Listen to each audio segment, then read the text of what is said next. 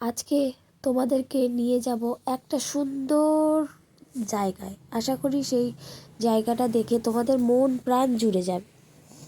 চলো তবে দেখা যাক। হ্যালো বন্ধুরা, কেমন আছো তোমরা সবাই? আশা করি খুব ভালো আছো। আমার একটি ছোট্ট ভিডিওতে তোমাদের স্বাগত জানাই।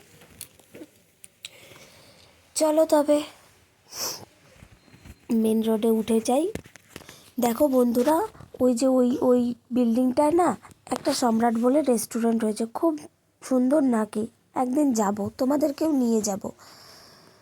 ফুটপাতে দোকানগুলো তুলে দেওয়াতে অনেকের অসুবিধা হয়েছে, আবার অনেকের সুবিধা হয়েছে। দোকান যাদের ছিল তাদের একটু অসুবিধা হয়েছে। এখন ভ্যানে করে করে নিয়ে রাস্তার ধারেই বসতে হচ্ছে।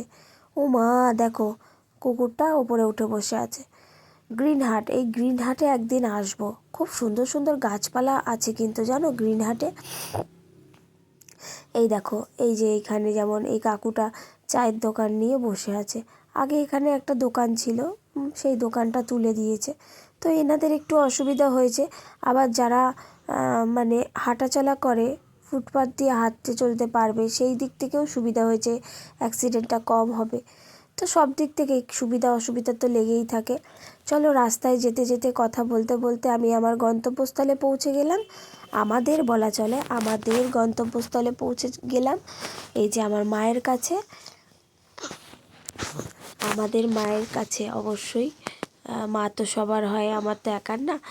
অবশ্যই মাকে দেখে আমার তো মন প্রাণ জুড়ে যায়। আশা করি তোমাদেরও মন প্রাণ জুড়ে গেছে। কি বলো বন্ধুরা?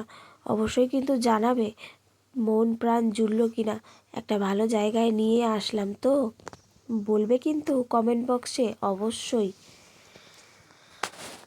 দেখে নাও মাকে। আজকে আমি মাকে দেখতেই এসেছিলাম বন্ধুরা।